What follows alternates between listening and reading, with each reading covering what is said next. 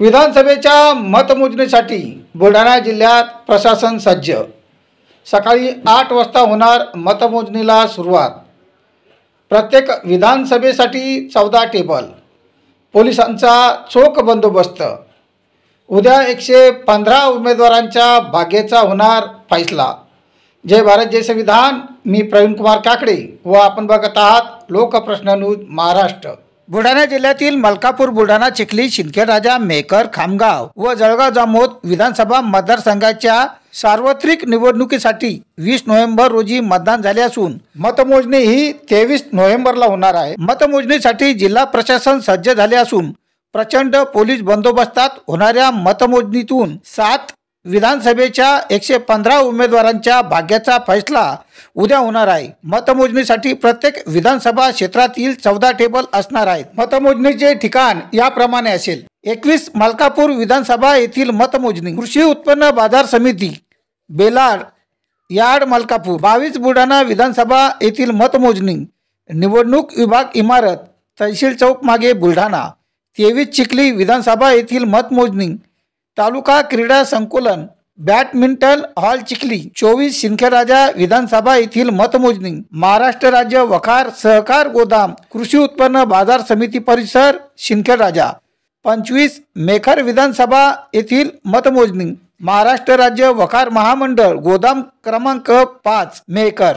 26 खामगाव विधानसभा येथील मतमोजणी, सरस्वती विद्या मंदिर हॉल, खामगाव। 27 जळगाव जामोद विधानसभा येथील मतमोजणी, नवीन प्रशासकीय इमारत, जळगाव जामोद येथे होणार आहे। मतमोजणीच्या फेऱ्या याप्रमाणे असतील: विधानसभेच्या मतमोजणीत त्या ठिकाणी सकाळी 8 वाजता सुरुवात होणार असून मतदारांच्या संख्येनुसार फेऱ्या होणार आहेत।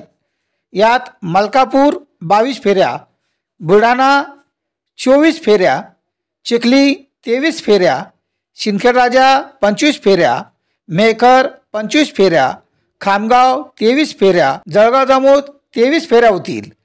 प्रथम टपाली मतदानाची मतमोजणी होईल व त्यानंतर EVM मतमोजणी सुरुवात होईल।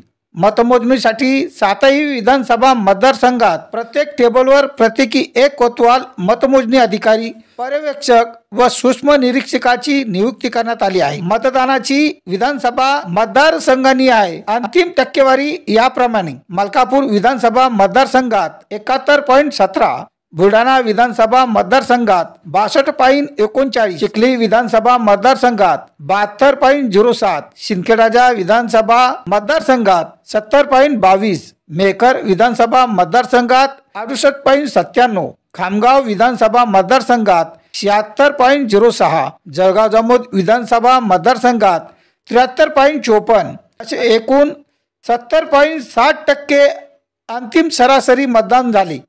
21,34,500 मतदारांपैकी 15,06,925 मतदारांनी मतदानाचा हक्क बजावला।